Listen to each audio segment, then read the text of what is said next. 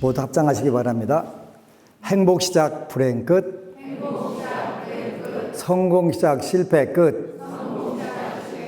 신신문에 오신 것을 환영합니다. 아미타불. 지난 시간에 지난주에 이어서 우리가 공부하는 부분은 보살이라는 뜻이에요. 보살이라는 뜻은 원어로는 보리 살타라고 그랬어요. 한자로 했을 때는. 근데 이제 그 뜻은 보디사트바라는 뜻이라고 그랬어요. 그래서 보디라고 하는 것은 깨달음 이런 뜻이고 사트바는 사람 이런 뜻이라고 그랬어요. 그래서 깨달음을 추구하는 사람. 그러면 성문과 연각, 아라한과 벽지부라고는 어떻게 차이가 나냐 그랬더니 아라한은 우리가 선정을 익혀서 열반의 세계로 넘어가려고 하는 거예요. 열반의 세계로 윤회의 세계에서 벗어나는 거예요. 그래서 대승불교에서는 이승했고 성문승 연각승은 작은 법이다 이렇게 표현을 하는 거예요. 본인만 성불을 해서 괴로움의 바다로부터 벗어나려고 한다. 그게 이제 대만이라든가 중국 절에 가면은 일주문에 그렇게 써놓은 게 있어요. 회두 차안, 또 회두 시안 이런 뜻이 크게 글을 써놨는데 무슨 뜻이냐면 돌회. 이렇게 돌아간다. 회전할 때 그 회자 말하는 거예요. 돌회자. 그 다음에 회두, 머리 두자. 머리를 돌려라 이런 뜻이에요. 돌려라. 어디로 돌리냐면 차안 또는 시안 그래요. 이 언덕 또는 이 시자나 이 차자를 쌓고 이 언덕으로 이렇게 우리가 열반의 세계를 피안이 이렇게 표현하거든요. 피안의 세계가 아니라 다시 중생의 세계로 눈을 돌려라. 그걸 뭐라고 하냐면 보살 이렇게 표현하는 거예요. 보살. 우리가 꿈에도 그리던 열반의 세계를 거기로 건너가려고 하다가 순간 딱 건너가려고 마지막 발짝 뛰려고 하다가 잠깐 멈춘 거예요. 멈추면서 그러면 이 중생들 어떡하지? 이 중생들 어떡하지? 본인은 삼아승기겁을 정말 단행고행을 해가지고 마지막 목표 됐는데 쉽게 말하면 우리가 예를 들면 요즘 수능철인데 서울대 법대를 가려고 열심히 공부했는데 마지막 가서 나는 다른 사람들을 위해서 내가 양보할래. 그것도 절대로 안 되죠. 절대로 안 되는데 당신이 수많은 생애를 돌아가지고 공부를 해가지고 마지막으로 이제 해탈의 세계로 나가기 전에 아니지. 그래서 한 생각을 돌이킨 거예요. 그걸 우리가 보리심 이렇게 표현해요. 보리심. 금강경 압구절 제가 설명해 드렸어요. 수보리 존자가 아침에 일어나서 가사를 둘러매고 바루를 들고 사위성으로 들어가서 밥을 차례로 빌어서 와서 드시고 발 씻고 자리에 앉으셨다. 요 구절을 보고서 수보리 존자가 이제 마지막 해탈의 경계로 탁 넘어가려고 하다가 어느 날 여태까지 수없이 그 모습을 반복했었는데 그날은 그게 다르게 보였던 거예요. 이제 내가 마지막 찰나에 저쪽으로 차 안으로 피안으로 넘어가려고 했는데 그 피안으로 넘어가기 직전에 바로 그 모습이 평소에 매일 일어났던 그 모습이 탁 눈에 들어온 거예요. 아, 보살. 이거구나 하고서 그걸 다 깨달고 보니까 식시에 차의지바라고 사위대성에서 차제걸식하고 환기본처 해가지고 공양을 하고 발 씻고 앉아있다. 그 모습을 보는 순간에 보살이라고 하는 단어가 떠오른 거예요.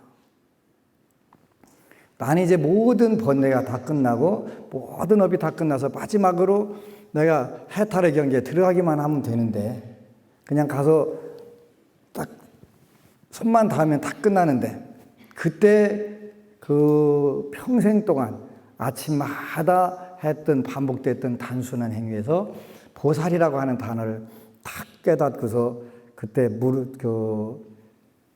대중 가운데에서 다 일어나셔가지고 그 세존께 묻는 거예요. 여쭙는 거예요. 그 물음이 뭐냐면 발 안오 따라 삼맥삼보리심자는 은왕정은 은왕복희심이니까 그런단 말이에요. 깨달음의 안오 따라 삼맥삼보디, 그러니까 무상정등정각의 보리심, 보살의 마음을 내는 사람은 어떻게 머물며 어떻게 항복받아야 될까요? 이렇게 질문하는 거예요. 여태까지 수없이 아침, 매일마다 아침 먹었는데 그때마다 했던 반복된 그 모습에서 전혀 눈치채지 못했던 보살도가 거기에 다 들어있다는 걸 탁 깨닫는 순간에 그 질문하신 거예요. 그러니까 석가스님께서 이렇게 머물고 이렇게 항복받는 것이다, 이렇게 대답을 하시는 거지. 그렇게 대답을 하시는 거예요. 이렇게 머물고 이렇게 항복받는 것이다. 부처님은 삼계의 가장 높으신 세존이시고 사생의 자부이시고 위대하신 분인데, 이분이 아침 밥을 빌어다가 드시고 발 씻고 앉아 있는 모습을 보면서 보살을 딱 떠올린 거예요. 지난 우리 BTN에서 제주 절로 가는 길에 오셨던 법우님이 한번 그 약천사라는 절 지하에 가니까 그 그림을, 그 탱화들을 전시를 하더라고요. 근데 저한테 질문을 하는 거예요. 탱화를 잘 보게 되면, 저희는 신중탱화라고 하는 탱화예요. 신중탱화는 화엄경에 나오는 104위의 호법신장들을 그린 그림이에요. 근데 잘 보면은 전부 다 그 군화를 잘 다 신으셨어요. 신발들을 좋은 걸로 신으셨어요. 여기에는 후불탱화가 없는데, 그 후불탱화가 없는 대신에 그 석가모니 부처님과 네 보살님들이 양말도 안 신으시고 신발도 안 신으셔서 다 맨발이에요. 그걸 물으시는 거지. 왜 불보살님들은 탱화나 맨발이시잖아요. 발가락 다 보이시잖아요. 뭐 그 당시에 발가락 있는 양말은 신으셨을 리는 없을 것이고, 그잖아요. 그걸 물으는 거, 그지? 거기는 여러분들도 이제 대답해 주세요. 두 가지 의미가 있어요. 하나는 물론 인도뿐만 아니라, 인도는 뭐 별 없는데 미얀마라든가 스리랑카 같은데, 태국도 마찬가지로 법당 안에 들어가려면 무조건 맨발을 해야 돼요. 양말도 신으면 안 돼. 근데 여름이라 굉장히 따뜻해요, 모래가. 그래서 그 왜 사막에 가니까 벌레가 딱 이렇게 팔 들었다 이렇게 한 거 있잖아요. 그렇게 빨리빨리 해야지 그러자는 발바닥 이거요. 거기는 익숙해져 갖고 전부 다 그렇게 하는데 우리는 그게 안 되잖아요. 그래서 일단은 그게 부처님 당시서부터 내려오던 전통이에요. 그런데 석가모니 부처님 때만 그런 게 아니라 과거 부처님 때도 전부 이렇게 전통으로 내려온 거예요. 그러니까 당연히 맨발로 들어가는 거예요. 알라스카에서는 안 돼요. 캘거리에서도 안 되고, 거긴 춘대니까. 한국도 안 되잖아요. 그죠? 그게 이제 현실적 환경상으로 첫 번째 그 문제예요. 두 번째로는 부처님의 법도로서는 뭐라고 그랬냐면 회두찬 그랬어요. 우리가 열반으로 향하는 우리의 모든 관심을 정말 지긋지긋해서 더 이상 윤회하고 싶지 않아. 다시는 사람 몸이든 뭔 몸이든 안 받고 태어났으면 좋겠어. 그래서 나는 정말 사바세계는 절대로 다시 올 수 없어. 떠날 거야 이랬는데, 아니지. 그러면 이중생들 어떻게? 그래서 부처님 극락세계는 아미타불의 몸과 극락국토, 그게 둘이 아닌다는 뜻이 되는 거예요. 양말이라든가 신발을 안 신었다는 뜻은 대지와 부처님, 대지와 보살은 하나다, 그런 뜻이 되는 거예요. 그걸 뭐라고 표현하면 신토불이, 이렇게 표현하면 신토불이. 그런 뜻이 들어있어서 전부 다 맨발로 이렇게 불보살님들은 하는 거예요. 이게 정답이에요. 그래서 바로 보살님들은 그 치장보살, 관세음보살은 대지와 하나고 우리와 하나라는 뜻이에요. 하나라는 뜻. 그러니까 사실은 우리도 그분들이 그 무한한 자비가 늘 같이 있는데 이거를 인지를 못하고 사는 거예요. 왜 우리가 인지를 못하냐면 너무 오랫동안 그 떨어져 살다 보니까 내가 관세음보살님, 치장보살님의 그 가피로 살고 있다는 것 자체를 다 완벽하게 잊은 거예요. 그러다가 이제 지장 기도를 하고 하다 보니까 아, 이렇게 나를 위해서 그 계셨던 분이 있구나. 당연히 있죠.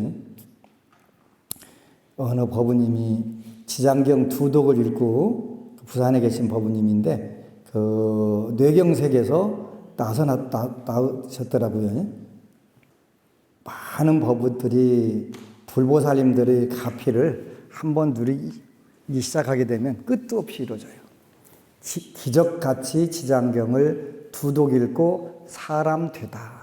이거는 이제 뇌경색에서 살아났다 이런 뜻이에요. 예전부터 이야기를 올리려 하였지만 차일피일 미루다 딸의 일의 계기로 이제야 글을 올립니다. 부산 해운대 사는 저는 43살 딸아이 둘 둔 평범한 주부입니다. 내 동맥류 증세로 1차 시술로 뇌경색이 왔었지만 마비 증세는 없었고 언어에 살짝 힘듦이 있었으며 차츰 시일이 지나 괴차 후 1년이 지난 작년 12월 25일에 2차 재발로 또 시술받았고 검사차 병원에 간 것이 약 3, 4개월 동안 중병 환자로서 기저귀 차고 살았으며 혼자 양치질은 물론 일어서지도 못할 지경까지 심한 상태였으며 말도 버벅거리며 못하고 중환자실서 말도 못해 겨우 버튼 호출기로 간호사를 불렀습니다. 펄펄거리고 돌아다니던 것이 이제 끝났구나. 잘하던 운전은커녕 넋놓고 눈물로 살았었습니다. 끝난 인생이라 생각하면서 말이지요. 아프기 전 작년 남편 사업이 잘 되길 기원차 신호 따라 절에 갔었고 부처님께 등을 올렸으며 저는 철없이 쓰고 편하게 살기만을 기도해서 제발 돈 좀 많이 벌게 기도해 주세요 했더니 오히려 그 절 스님께서 저울을 보고 지장경을 100일간 읽고 남편 보고는 108배를 100일간 하면 하는 사업이 잘 되리라 하셨고 저는 속으로 혹 때려갔다 혹 하나 크마하게 붙이고 온 그 마냥 투덜대며 돌아왔지요. 투덜이 스머프겠네.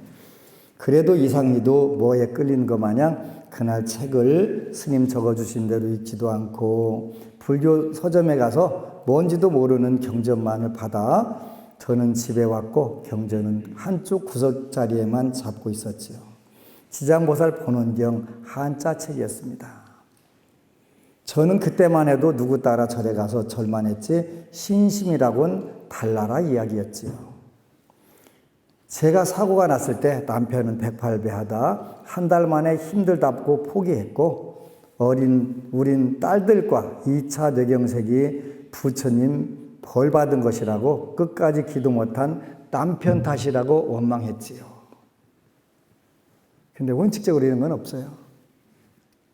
자기가 뇌경색 맞을 만한 운이 오면 맞는 거예요. 원칙적으로요. 절대로 이런 건 없어요.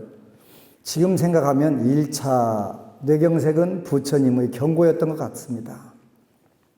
너놈들 제대로 삶을 살아라 하고 그리하여 남편은 몇 달을 제옆 간호만 했고 장사도 접고 백수건달 아줌마가 되었고 가정살림은 빚이 대추나무 연 걸리듯 주렁주렁 걸렸습니다. 나는 매일 눈물로 살았지요. 매일 눈 뜬다는 게 싫었고 사는 게 의미가 없었으며 젊은 나이에 이게 무슨 일인지 막막한 삶이었지요. 가족 모두가 지옥에 빠졌었습니다. 인간의 삶이 아닌 정말 막다른 최악의 삶이었다고나 할까요? 배고프니 챙겨주면 먹고 싸고 잠오면 자고 사치와 낭비는 돈이 없어서도 못하였고 지옥이 바로 여기였습니다. 지옥 도구가 의료기구였고 지옥의 삶이 바로 그때 현실이었습니다. 이것도 맞을 것 같아요. 그죠? 여러분들 조리할 때 칼도마가 수술대하고 똑같은 거예요. 칼도마가. 그래서 지옥이 바로 여기였습니다. 지옥 도구가 의료기구였고 지옥의 삶이 바로 그 현실이었습니다. 지장경에 나오는 지옥 이야기 그대로였습니다. 딸아이들이 엄마 말투 따라하면 서러워 동물원 원숭이가 된 듯 울기만 했습니다. 걷지도 운전도 못하여 나가지도 들어오지도 못하고 꼼짝없이 집에 갇혔지요. 들어오세요. 집안이 지옥이었습니다. 그리고 시간을 보내던 중 올 부처님 오신 날 신우가 또 절로 부르더군요. 아픈 몸을 끌고 돈도 없어 거지마냥 부처님 앞 등값도 신우가 빌려주더군요. 또다시 지장경을 읽어라. 스님이 또 그러시더군요. 그나 듣고 돌아온 나는 어느 때 마냥 아무 생각 없이 미련 곰탱이 마냥 잠자고 먹고 했었습니다.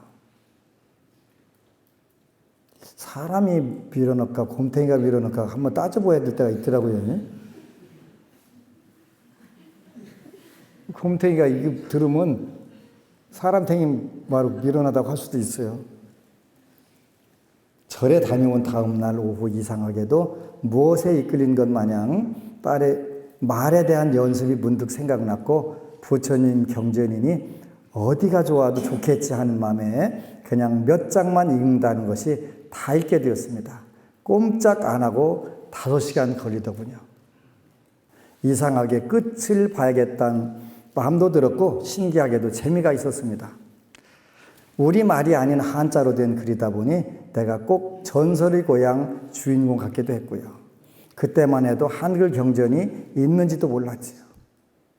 대단해요. 우리 불자들이. 이런 것 길까지 모르니까 얼마나 대단한 거예요. 그지? 다행이에요. 그래도. 한글 경전이 있다는 거 알았으니까. 그때만 해도 한글 경전이 있는지도 몰랐지요. 또 그 다음날 하루 더 운동해볼까 하는 마음에 여기서 운동이라는 것은 혀운동 말하는 거예요. 혀운동. 하는 마음에 혼자 소리내어가며 한독 5시간가량 걸려 다 읽게 되었고 지금은 1시간 20분이면 읽습니다.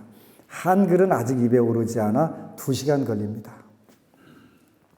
남편과 우연히 통화 중에 저와 남편은 내 말이 정상으로 된 것을 알았습니다. 정말 신기했습니다. 지장경 2독 읽고서 혀가 드디어 정상으로 된 거예요. 그때 전 부처님 길이구나. 나는 부처님 법 속에서 살았어야 하였구나를 깨우쳤고 100일을 목표하였고 하루하루 양치하다 세수까지 하게 되었고 머리 감느니 샤워하는 게 낫겠다는 생각했었고 어김없이 누가 깨우는 것 마냥 스스로 새벽 2시 반이면 눈이 떠졌고 샤워하고 책을 보게 되었습니다. 경전을 7일 정도 읽고 지장보살님 옷 입는 꿈도 꾸었고 하늘에서 내려오는 통화줄도 잡는 꿈도 꾸었고 하품도 많이 했고 울기도 엄청 울었으며 스님 말씀대로 잠이 쏟아져 입만 나불나불 이야기했으며 표현이 참 너무 이쁜 것 같아요. 나불나불. 그 이후엔 미친 듯이 동네방네 절을 돌아다니며 부처님께 쌀, 향, 돈 공양하러 다니다가 바빴고 하루 기도 한독과 절에 다니며 공양하러 다녀와 또 지장정근 1000번을 점심 저녁 미친 듯이 하게 되었습니다. 지금 생각하면 제가 이렇게 부처님, 지장보살님 사랑하려고 그랬나 봅니다. 그리고 100일을 마쳤고 마친 후에도 내 목숨, 내 삶을 다시 주신 부처님 외면하면 안 된다는 마음이 생겼고 죽을 때까지 내 힘 될 때까지 이 경전을 손에서 놓지 않겠다고 마음먹었으며 병원서 나온 보상금으로 이 경전을 100권 찍어 나처럼 힘든 사람들과 나눠보고 싶은 마음이 생겨 각 사찰마다 모두 전달하게 되었습니다. 그러고 도대체 글을 읽으며 무슨 말인지 모르겠다며 그냥 부처님께 보답하는 마음으로 이 글을 읽을 터이니 들으시는 분들은 들으실 터이고 해탈하실 거니 그냥 나는 읽기만 하겠습니다. 라고 100일간은 글이 뜻도 모르고 읽었습니다. 돌아가신 엄마도 천상 가시길 빌며. 한문 못 읽은 거예요. 그런데 2배로 공부는 했습니다. 누가 물으면 뜻을 알아야 남한테 이렇다 할 부처님 공부 중이다 이야기할 자격이 있으며 체면 또한 섰으니까요. 그래도 부처님 가르침이니까요. 꼭 경전 읽을 때면 누군가 다들 듣고만 있는 것 같았고 제가 선생님이 된 기분이 들고 학생들이 기다리니 선생님이 공부 안 시키면 안 된다는 생각밖에 들지 않았었습니다. 이것도 아주 특이한 부분인 것 같아요. 그래서 잠시 1박을 하든 어디를 가더라도 책은 옆구리에 끼고 있으며 도대체 때론 내가 생각해도 이건 내가 아닌데 라는 생각이 들면서도 눈만 뜨면 경전과 법안스님 책들이었습니다. 여기서 법안스님이라고 하는 분은 대한민국에 여럿이 있는데 저를 말하는 거예요. 술 마시고 노래하고 사치스럽고 놀기 좋아하고 했던 나였는데 이제는 그 많던 친구들과 또한 사라지고 연락이 없어졌고 술 마시고 노래하고 사치스럽고 놀기 좋아하던 그 친구들은 그런데 지금은 공부만 합니다. 지금은 그냥 공부가 좋습니다. 그래도 좋습니다. 내 삶이 바뀌어서. 부처님 가피가 또 있었던 거지요. 그 다음날 스님 법문을 밥 먹다 우연히 듣게 되어서 차츰 인터넷으로 찾아보고 들어갔고 스님 법문을 접하였고 기도 방법에 대해 알게 되었지요. 그런데 이상하게도 누가 가르쳐주지 않은 것이 스님 말씀과 똑같이 내가 하고 있는 거였습니다. 그래서 스님 법문만 보고 책만 봤지요. 길을 가도 한 길만 가고 편법은 모르는 터라. 만선공덕회도 알고 법안 스님을 알았으며 법문 알아듣게 알려주심에 감사히 생각해 만선공덕회에 작지만 군부대 초코파이 보내시는데 보태시라고 돈도 몇 달간 보내고 있습니다. 남편 급여일마다 욕심 많던 제가 변해갑니다. 저는 제자리에서 초코파이도 사놓고 먹으며 경비실 아저씨와 고생하시는 분들만 보면 저도 그냥 나누어서 같이 먹지요. 스님 따라 저 또한 초코파이 보시를 한 것입니다. 정말 잘 때 액자가 너무 갖고 싶다라고 꿈만 꾸고 침만 삼키며 지낸 지 몇 달이 지났었는데 어느 날 우연히 남편이 전날 마신 술 냄새가 싫어 다투게 되었고 지장경을 읽은 즉시 음식, 잠자리 모든 게 가려졌고 신기할 따름입니다. 누가 들으면 절로 술가 준비하는 사람 마냥 보이고 머리 몇 번 손대니 이상해졌다, 너무 빠진다 이러지요. 길에 누워있는 바퀴벌레마저 가엽게 보이더군요. 전 이제 모기도 안 죽이게 되었습니다. 제가 도망 다니지요. 괜찮은 것 같아요. 아침에 다투고 해운대 청사포 바닷가를 보며 차 안에서 지장경을 읽었습니다. 기도했고 끝나고 나니 그 시간이 아침 9시가 못 되었는지라 집에 가긴 싫고 우연하게 폰에서 네이버에 절하고 친 게 지금도 여러분들이 음성인식 절하면 절이 나오잖아요. 절. 달맞이 안심정사가 나와 찾아가니 차로 3분 거리였습니다. 그날이 월요일이었고 안심정사 부처님들을 뵈니 어찌 그리 눈물이 나든지요. 이 느낌 참 묘합니다.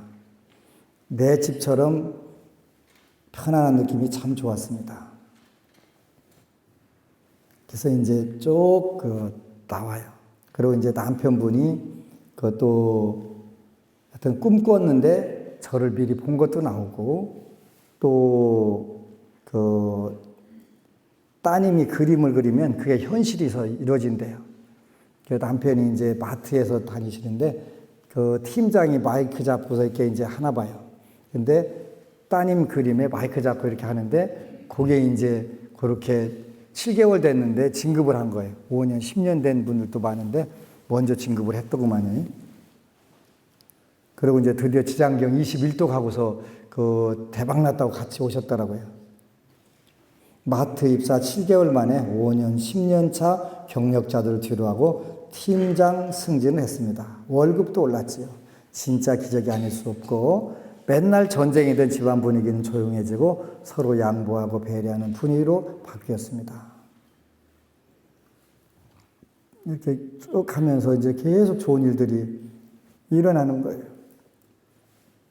그 다음에 이제 아이들 용돈도 다 없애고 부처님께 소원을 빌든지 착한 일 3가지를 하든지 그래야 용돈을 지급했습니다. 이거 좋은 작전이에요. 여러분들 필요하면 쓰세요. 하여튼 지장경을 한독하면 큰딸은 중2라 지장경 한독하면 필요한 큰돈과 외출, 주말 외박을 지급하게 되었고 본인 노력에 의하여 모든 것들이 풍족한 것을 부처님께 귀토록 가르치게 되었으며 따라주니 고맙고 감사하죠. 이게 자녀들 교육까지도 이렇게 참 잘하시는 거예요. 딸아이 한지가 그림을 그리면 꼭 그 일도 이루어집니다. 마트에서 아빠가 일한다고 마이크 잡고 잡는 그림 그리고 지장보살님도 우리 집을 지켜주신다고 하늘에서 지켜보고 있다고 그리고 엄마는 포도 딸기 먹기 좋아한다 혼자 생각해서 그림 그리면 당연히 하늘에서 지장보살님께서 지켜보고 있는 그림이었습니다. 그러면 생각지도 않게 제가 그것을 누구에게서 얻어 먹게 되고 지금은 아빠가 진짜 마이크 잡고 일도 하지요. 정말 불가사의합니다. 이젠 웃으며 돈비가 내리는 그림 좀 그리라 할 정도입니다. 응용력도 뛰어난 것 같아, 그지? 어딜 가나 막힘이 없고 방해꾼 없으며 항상 먹을 것이 떨어질 때면 꽉꽉 차는 냉장고며 돈 떨어져 내일 공과금 무엇을 내야 하는데 걱정하면 돈 빌려줄 사람이 생각지도 않고 저녁에 전화 와서 해결되고 많이 지출한다 싶을 땐 부처님께서 알아서 브레이크를 걸어주십니다. 진짜 잘하는 것 같아요. 전 그걸 합니다. 그래서 행복합니다. 너무 좋은 글들이 계속 나오는데 인터넷 들어가서 잘 보시고 하시면 돼요. 그래서 이제 여러분들이 불교를 믿으니까 이제 궁극적으로는 여러분들 자신부터 일단은 괴로움에서 벗어나야 되는 게 가장 중요한 거잖아요. 그래야 그 체험을 통해서 남들에게 권유를 할 수가 있고 정확하게 잘 인도를 할 수가 있어요. 그래서 보리심이라고 하는 것은 착한 마음, 선한 마음, 또 자비심이라고 그랬는데 자기 자신의 앞가림을 잘하는 마음, 그걸 통해 가지고 체득한 행복과 성공을 남들에게 잘 가르쳐갖고 인도해 주는 거. 요걸 우리가 보리심이라고 하는 거예요. 보리심. 그래서 관세음보살이 누구냐 그러면 여러분들 마음에 있는 자비심이 극대화가 되면 바로 관세음보살님이 되신 거지. 그러니까 우리가 현실 사회에서 완벽하게 관세음보살, 지장보살처럼 되게 쉽지는 않지만 여러분들이 차츰차츰 하다 보면 어느새 그게 이루어져 있는 거예요. 그래서 꼭 하는 부분들이 필요해요. 이분은 그랬네요. 한번 저승문 앞 다녀온 후 저희 삶이 이렇게 바뀐 것만으로도 너무나도 부처님, 지장보살님 감사합니다. 영원히 사랑하겠습니다. 이렇게 했는데 박수 한번 크게 쳐주시죠.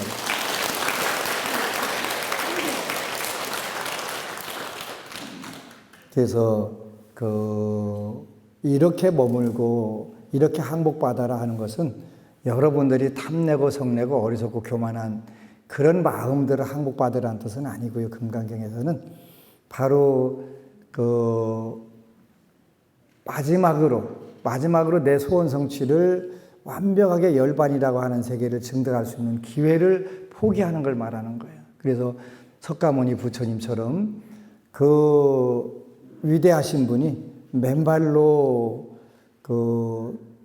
성중에 들어가서 밥을 빌어 먹으시 안 해도 되는 분이 밥을 빌어다가 드시고 중생들을 위해서 차례대로 7집 공양을 받으시러 가는 거예요. 그 중생들이 복의 인연을 맺어가지고 잘 살게 하기 위해서. 부처님은 안 드셔도 살고 아무 문제 없는 분이에요. 그런데도 그를 전부 오로지 중생들을 위해서 복의 인연을 맺어주려고. 그래서 이러한 위대한 분을 우리가 그 믿고 배우고 하면서 그거를 모르고 산다면 잘못 사는 거예요. 근데 요즘에는 우리 한국 불자들이 굉장히 빠른 시간 내에 그 전생에 했던 공부들을 기억을 해내는 것 같아서 너무 기뻐요. 이 법우님은 한문 지장경을 읽으면서 그걸 다 터득을 했더라고요. 아주 특이한 경우인데 전생에 그 이분도 지장경을 설했던 거예요. 그러니까 그 인연에 따라 갖고 금방 그 가패를 입고 또 그 지장경을 선양하는 그런 지장 행자가 되는 거예요. 지장경만 봤다는 뜻은 아니에요. 다만 우리가 말법 시대이기 때문에 법은 약하고 아가 강하기 때문에 그 속에서 우리가 정말 조심해서 나가기가 쉽지 않잖아요. 이 부분들을 철저하게 이겨내기 위해서 그래요. 아직도 한국에서는 많은 분들이 지장경을 읽으면 마장이 온다, 또 뭐가 온다 하는 분들이 많아요. 제일 큰 마장은 뭐냐면 나쁜 짓을 못하게 되는 마장이 있어요. 그죠? 나쁜 짓을 해야 되겠는데 신도들이 다 깨나면 그것을 못하는 거예요. 그래서 지장경을 못 이렇게 하는 분들도 있어요. 안타까운 거죠. 운명을 가장 쉽게 업그레이드하는 방법은 물론 보리심을 내는 거예요. 보리심을 내는 거예요. 깨달음의 마음을 내는 것이 운명을 바꾸는데 그보다 더 빠른 건 없어요.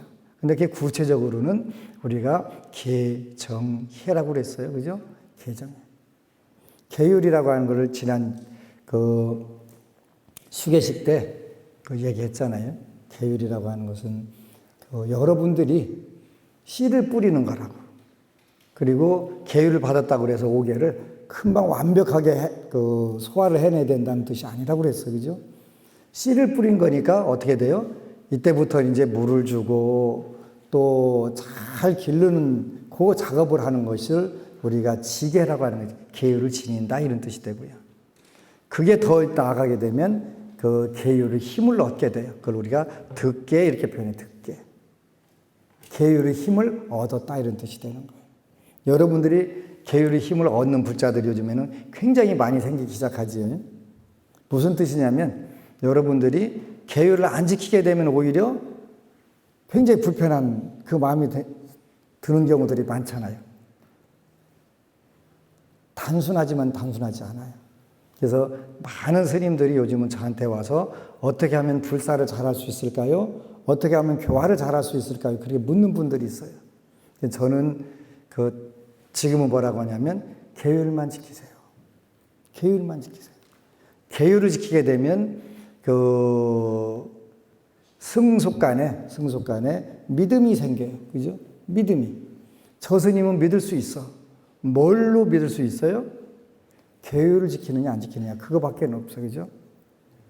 어차피 속가 뒤집어 보여줄 수 없는 것이고 그러면 그 위의라고 그래. 삼천위의 그러네. 3가지 태도, 행동 이것이 바로 믿음을 주느냐 못 주느냐 하는 부분인데 3가지 태도라는 건 뭐예요? 몸과 입과 생각이에요. 그래서 우리가 삼천위의 팔만세행 그래요. 팔만세행. 천자고 만자 붙였는데 그건 아무 의미가 없고 3가지 몸과 입과 뜻으로 어떻게 행동을 하느냐. 8만세행 그런데 8만가지의 작은 행동, 행주자와 어묵동정이 8가지잖아요. 그래서 몸과 입과 뜻으로 하는 행주자와 어묵동정이 삼천위 8만세행 이렇게. 그것이 믿음이 가느냐 안 가느냐에 따라서 불사와 교화의 승부가 걸리는 거예요. 승부가. 그리고 삼천위 8만세행 계율을 지키게 되면 불사 안 하려고 하더라도 하게 되고 교화 안 하려고 하더라도 저절로 이루어지게 되는 그게 부처님 법이니까요. 부처님 법이니까. 그렇게 해서 서로 간에 믿음이 주어지니까 흔들리지 않게 되겠지. 당연히 안 되겠지. 그래서 계율은 자기 자신과의 약속에 자기 자신이 가장 편하게 되는 방법이에요. 여러분들이 어떤 도덕적, 윤리적, 치명적 약점이 잡히게 되면 신세 굉장히 어려워져요. 제가 아는 분 한 분이 그런 분이 있더라고요. 완전히 그 나쁜 짓을 골라서 하는 거예요. 왜 그러냐 했더니 코가 껴가지고 마음대로 못 하는 거예요. 근데 자기 금방 죽는다는 거 알면서도 전혀 그때는 그럴 때 하는 방법이 있어요. 그때는 그 백척간도 수진일보 그러거든요. 이판사판하는 거예요. 이렇게 죽으나 저렇게 죽으나 똑같을 경우에는 나쁜 짓 덜 하고 죽는 게 훨씬 나아요. 나쁜 짓을 덜 하고 죽는 게 훨씬 나은 거예요. 근데 그것도 마음대로 안 돼, 그지? 업에 의해서. 세상이 편안해지려면 어떻게 해야 돼요? 라고 하는 질문을 했어요, 그죠? 안개. 세상이 편안해지려면 어떻게 돼야 되는 심청정하면 된다 그랬어요. 마음이 청정해지면 된다. 하루아침에 청정해지지 않잖아요. 그러니까 오늘날 세계가 혼란에 와 있잖아요. 국가가 편안해지려면 어떻게 된다? 거기도 믿음이에요. 믿음. 그 가장 중요한 부분은 신신문 하는 것은 그 서로 간에 믿음이 있는 세계를 만드는 것이 그 극락 만드는 제일 쉬운 길이에요. 가족 간에도 서로 못 믿으면 그건 지옥이잖아요. 아무리 잘 먹고 호의호식하고 하면 뭐해, 그건 지옥인데. 근데 비록 굶는 일이 있다 하더라도 서로 정말 믿고 그 의지할 수 있다면 그건 먹고 사는 게 별 문제가 아니잖아요. 그래서 안타까운 부분들인데 바로 보리심을 우리가 가져야 될 이유는 그런 부분에서 있는 거예요. 보리심만 갖는다면, 착한 마음, 선한 마음, 자비심을 갖는다면, 자비심 어려운 거 아니라고 그랬어요. 자비심이 뭐라고 했죠? 친아배사. 친아배사가 자비심이라고 그랬어요. 친절, 아량, 배려, 사랑 나누기. 그게 자비예요. 자비라고 하니까 무슨 자기 전세금 빼다가 밥 사주고 술 사주고 하는 게 자비가 아니라 그런 부분이에요. 제가 여러 번 얘기했어요. 여러분들 중에 남을 도와주면 안 되는 사람들이 있어요. 어떤 뜻이냐면 돈을 빌려주면 안 되는 사람들이 있어요. 돈을 빌려주면 상대방이 가서 망하는 사람이 있어요. 이렇게 재수없는 돈이지, 쉽게 말하면 재수없는 돈. 제가 어느 분에 물어봤어요. 이 손은 재수없는 돈이라서 절대 돈 빌려주면 안 돼 그랬더니 이 손으로 빌려주면 괜찮을까요? 그러더라고요. 그건 네 몸뚱이에 붙어 있는 거 아니냐? 다 지 몸뚱이에 붙어 있는 건데. 그건 뭐냐면 그 원금 회수를 못하는 그런 사람들이 있어요. 원금 회수를 못하려면 어떻게 하면 돼요? 상대방이 그 돈 가져가서 사업을 성공을 못한 거예요. 망한 거예요. 꼭 그런 사람들이 있어요. 빌려주지 마세요. 그게 도와주는 게 아니라 그 사람 망치는 방법이에요. 망치는 방법. 제가 여러분들한테 그 빌려주지 말고 그럴 경우에는요, 복을 짓는 데다 쓰세요. 복을 짓는 데다가. 복을 짓는 데다. 그렇게 쓰면 그리고 그분을 위해서 아까 지난 시간에 얘기했던 것처럼 그 대구의 한 법우님은 같은 도반이 굉장히 힘들으니까 본인이 돈을 내갖고 저한테 거금을 들여갖고 약사불공을 들여달라고 하는 거예요. 근데 그걸 남을 위해서 그게 선뜻 돈을 낸다는 게 쉽지가 않잖아요. 근데 그 법우님은 하더니 본인 집안의 경사가 계속 나는 거예요. 이것이 인과법이구나. 인과법이구나. 그래서 아드님이 그 서울의 그 대학에 4년 장학생으로 딱 합격해가지고 아주 좋은 큰 경사를 맞이하더라고요. 그러니까 더 큰 복을 짓게 되고, 그러니까 복을 짓는 사람들은 계속 복 짓는데 열중할 수밖에 없어요. 업을 짓는 사람은 업 짓는 데도만 열중하게 되고 그냥 남 죽이고 자기 살려고 하는데 그게 사라지나요? 안 사라지지. 그래서 순간적으로 보면 여러분들이 그 개운개운하게 살 때가 더 좋을 때가 있을 것 같은데 그렇잖아요. 그래서 결국은 제가 아주 유치원 가르침이지만 부처님 말씀에 하나라도 접근해라. 부처님 이렇게 말씀하셨으면 그걸 지키려고 노력하라는 거예요. 그지? 노력하게 되면 여러분이 궁극적인 행복, 궁극적인 성공이 오기 때문에. 관세음보살님은 그 여러 모양으로 여러분들에게 와요. 그래서 나 관세음보살하고 이렇게 오시는 게 아니라 때로는 동자, 동녀로도 오기도 하고 또 권력가로도 오기도 하고 재벌로도 오고 때로는 자녀나 남편으로도 오고 천가지 만가지 무변신으로 오게 되잖아요. 그때 이제 우리가 기도를 하다 보면 더 열심히 그를 잘 헤아려 봐야 될 필요들이 있어요. 그래서 그런 때 이제 그래서 매사 그 결국은 그 신실되게 사는 방법밖에 없지. 살면 돼요. 여러분들 손해 날 것 같은데 손해 안 나요. 절대로 손해 안 나요. 그리고 어차피 어떤 것도 여러분들이 여러분 소유물은 못 가져가는 건 확실해요. 그거를 뭐로 어떻게 하라고 그랬어요? 복으로 바꾸라고 그래요. 복으로. 복으로 바꾸면 그거는 세세생생 가지고 갈 수 있다고 그랬어요. 좋은 인연을 잘 맺어주는 거예요. 그래서 그거 하면 되니까 그 여러분들이 그 볼이 힘을 내는 거예요. 그래서 그 때로는 내가 하기 싫은 일도 그 귀찮은 일도 좀 하고 또 생색나는 일 물론 좋은 건데 생색도 적절하게 잘 내라고 그랬죠. 얘기 안 하면 안 알아주니까 생색내가면서 잘 알아주기도 바라고 옆구리도 찔러갖고 절도 받고 그것도 필요한 거예요. 여러분들이 스트레스 받는 것보다는 그게 훨씬 낫다는 뜻이에요. 그래서 꼭 그렇게 해서 그 불교를 믿으면서 여러분들이 하루하루 살판 나는 부분들이 꼭 만들어야 돼요. 하루 여러분들이 살았으면 꼭 하루 사는 만큼 더 좋아져야 돼요. 근데 좋아지는 방법 물어야 돼요. 그죠? 내가 오늘 뭘 배웠지? 아침에 내가 오늘 뭘 배울까? 아까 잠깐만 여러분들한테 질문하면 나는 오늘 이렇게 살아야 되겠다. 내가 오늘 이렇게 살았네. 난 이걸 배웠네. 늘 나는 오늘 뭘 배웠나 묻는 거예요. 잠깐이면 여러분들 운명이 정말 재밌겠대요. 그래서 그 하루가 마칠 때쯤이면 나는 오늘 무엇을 배웠나 한번 생각해 보는 거예요. 꼭 그러시기를 축원합니다. 아미타부. 그리고 여러분 사랑합니다.